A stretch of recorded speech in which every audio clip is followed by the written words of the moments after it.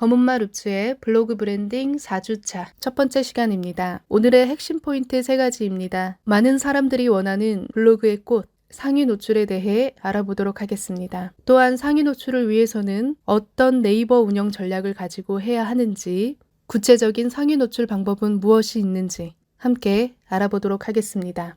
상위 노출? 그게 뭔가요? 블로그를 배우러 왔는데 상위 노출이 도대체 무엇인가요? 상위 노출은 무엇이고 이게 왜 그렇게 중요한지 바로 알아보도록 하겠습니다. 제가 아동복을 판매한다고 했을 때 저는 아동복을 홍보하기 위해 블로그에 아주 정성스럽고 예쁘게 글을 쓸 것입니다. 오프라인 매장이 있다면 위치가 어디고 몇 세부터 입을 수 있고 재질은 얼마나 좋은지, 아이가 편안해한다, 금액이 아주 저렴하다 등등의 다른 아동복보다 좋다며 엄청난 시간과 공을 들여 포스팅을 씁니다. 그러면 우리의 잠재 고객이 네이버의 아동복을 검색했을 때 내 글이 네이버 뷰 탭 또는 블로그 탭 상단에 노출이 되어 있어야 합니다.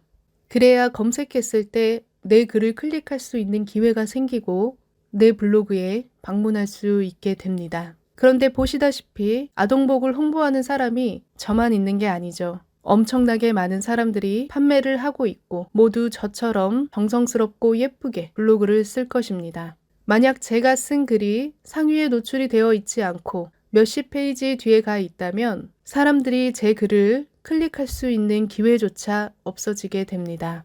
내가 쓴 포스팅이 네이버 상위 노출이 되어 있어야 사람들이 내 블로그에 방문할 수 있고 사람들이 내 블로그에 방문해야 내가 홍보하고 싶은 메시지를 전달할 수 있고 메시지를 전달해야 궁극적으로 수익화를 할 수 있다는 겁니다. 무조건 이 글만 보고 판매가 되는 것은 아니지만 판매될 수 있는 확률을 훨씬 더 높이는 것이죠. 이렇게 계속해서 내가 쓰는 글들이 상위에 노출되어 있다면 얼마나 많은 기회들을 얻을 수 있겠냐는 겁니다.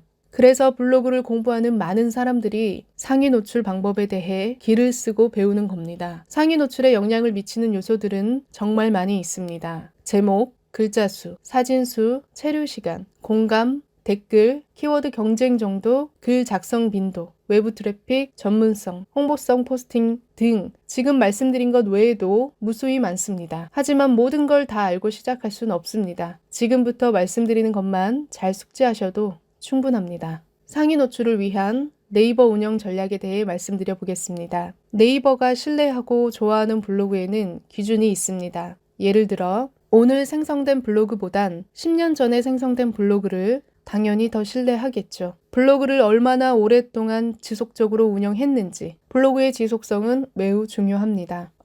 그럼 난 오늘부터 시작했는데 점수가 0이겠네요? 괜찮을까요? 괜찮습니다. 하루에도 수십만, 수백만 블로그가 생성됐다가 사라집니다.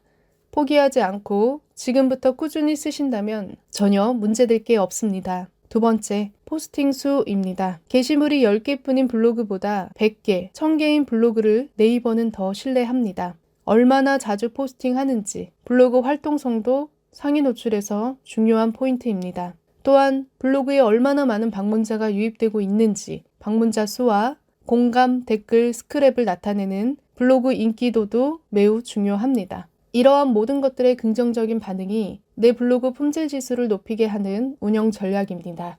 이것은 가장 중요하면서도 너무나 당연한 이야기이죠. 많은 분들이 이 기초적인 부분은 잊어버리고 오로지 상위 노출 스킬만을 배우려고 합니다. 앞으로 블로그를 운영하는 데 있어 이 4가지는 계속해서 신경 쓰셔야 합니다. 그럼 조금 더 자세히 상위 노출을 위한 구체적인 방법에 대해 알아보도록 하겠습니다. 먼저 네이버 블로그를 보겠습니다. 뷰 탭으로 가보면 여러분 이 뷰 탭이 무엇인지 아시나요?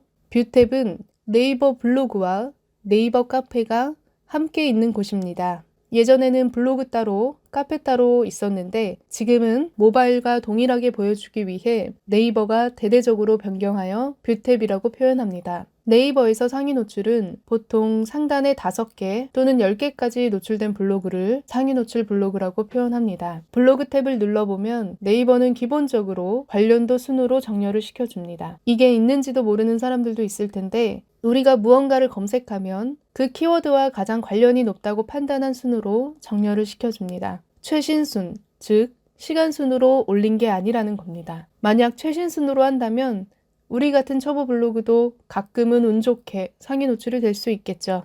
그러나 네이버는 최신 순이 아니라 관련도 순으로 기본 정렬을 시켜줍니다.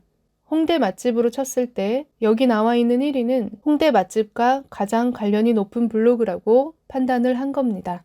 네이버는 우리에게 이렇게 하면 상위 노출이 될 거야 라고 알려주지 않기 때문에 마케터들은 이미 상위 노출된 블로그들을 가지고 그 공통점을 찾아내고 있습니다. 자, 그럼 한번 보시죠. 제목에는 반드시 키워드가 있어야 합니다. 제가 지금 홍대 맛집이라는 키워드로 검색했죠. 제목에는 홍대 맛집이 모두 포함되어 있어야 합니다. 만약 오늘 홍대 맛집 중 한 곳을 다녀왔는데 제목에 오늘 진짜 맛있게 먹었던 곳이라고만 썼다고 할게요.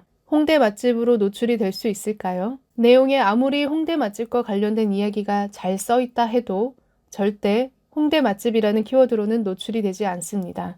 반드시 제목에 내가 쓰려는 키워드가 있어야 합니다. 오늘 미라클 모닝과 관련된 포스팅을 쓰려고 합니다. 제목에 오늘은 정말 감사한 날입니다 라고 쓴다면 누군가 미라클 모닝으로 검색했을 때 절대 노출이 될 수 없습니다. 보시다시피 제목에 미라클 모닝이 들어가 있는 포스팅만 노출이 되고 있습니다. 내용에는 제목에 썼던 키워드를 3번 이상 반복합니다. 이게 무슨 말인지 알아볼게요. 지금 홍대 맛집으로 검색했을 때 제목에도 홍대 맛집이 볼드로 잡혀 있지만 자세히 보시면 내용에도 홍대 맛집이 잡혀 있습니다. 결국 키워드는 제목에도 있어야 하고 내용에도 있어야 합니다. 이 포스팅 역시 광고성 포스팅입니다. 홍대 맛집 키워드가 내용에 몇 번 반복됐나 함께 보시죠. 1번, 2번, 3번, 4번, 5번, 6번, 7번, 내용의 키워드 반복이 7번 이상이 있죠.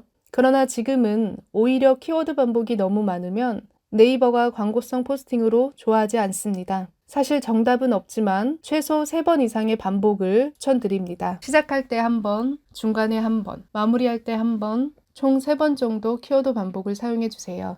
사진수 역시 정답은 없습니다. 네이버가 좋아하는 체류 시간 2분 30초를 채우기 위해선 최소 15장 이상의 사진을 올리라고 합니다. 현재 홍대 맛집 키워드로 상위에 노출된 포스팅들을 보면 사진수가 거의 30장이 넘습니다. 만약 내가 홍대 맛집이라는 키워드로 상위에 노출시키고 싶다면 적어도 30장 이상은 올려봐야 하지 않을까요? 그러나 저는 현실적으로 너무 힘을 들여 포스팅하는 경우 금방 지치기 때문에 최소 5장 먼저 시작하라고 권합니다. 내가 직접 찍은 사진이든 픽사베이 언스플래시에서 가져온 사진이든 내용에 맞게 5장 정도를 배치하여 시작해보세요.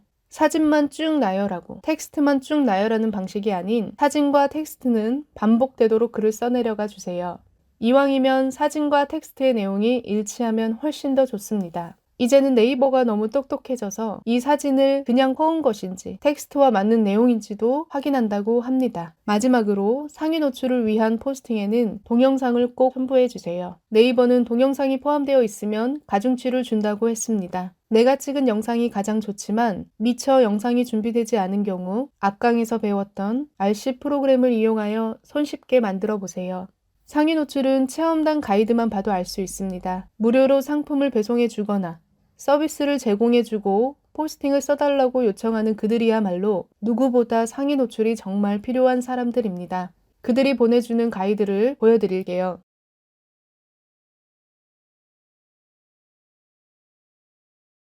보시다시피 이미지는 20장 이상, 동영상은 필수, 제목에 필수 키워드를 넣고 본문에도 키워드를 3, 4회 반복하라는 등 체험단 가이드에서도 동일한 내용을 말하고 있습니다. 내가 쓴 모든 포스팅이 상위에 노출될 수는 없습니다. 당연하죠. 오늘 배운 방법으로 했다고 해서 무조건 상위 노출이 되지도 않습니다. 그렇게 간단했다면 모든 블로거들이 다 했었을 겁니다. 오늘 배운 내용은 빙산의 일각입니다. 상위 노출을 위해선 아직 더 많은 길들이 남아 있습니다. 그러나 시작이 반입니다. 키워드가 무엇인지, 제목에 반드시 키워드가 있어야 하는구나, 내용에도 키워드 반복이 3번은 되어야 하는구나, 오늘은 이 정도만 아셔도 충분합니다. 앞으로 포스팅을 쓸 때는 키워드도 신경 써서 발행해 보시길 바랍니다. 오늘의 미션입니다. 다음의 내용이 포함되어 포스팅을 발행해 주세요. 단톡에 링크를 공유할 때는 오늘의 느낀 점도 함께 나누어 주세요. 오늘 포스팅 주제는 상위 노출을 위해 연습해보는 글쓰기입니다. 오늘 쓰실 내용을 정하셨다면 제목에는 반드시 키워드를 넣어주시고 내용에는 제목에 사용했던 키워드를 3번 이상 반복해주세요. 사진은 최소 5장 이상을 첨부해주세요. 픽사베이 언스플래시를 이용하셔도 좋습니다. 사진과 텍스트는 반복되도록 입력해주시고 마지막에 동영상까지 첨부해주시기 바랍니다. 오늘도 고생 많으셨습니다. 바람은 목적지가 없는 배를 밀어주지 않는다고 합니다. 목적지가 없는 배는 바다에서 어떤 바람이 불어도 순풍이 아닌 거죠. 그저 표류한 것일 뿐입니다. 하지만 당신이 도달할 목적지를 정확히 알고 방향을 설정하면 어떤 바람이 불어도 자연스레 돛을 조정할 수 있고 사방에서 불어오는 바람이 힘을 실어줄 것입니다. 어제와 똑같은 삶을 살면서 다른 내일을 기대할 수는 없습니다. 당신이 원하는 목적지를 그려보세요. 그리고 한 걸음씩 다가가 보세요. 언제나 당신의 도전을 응원합니다. 감사합니다.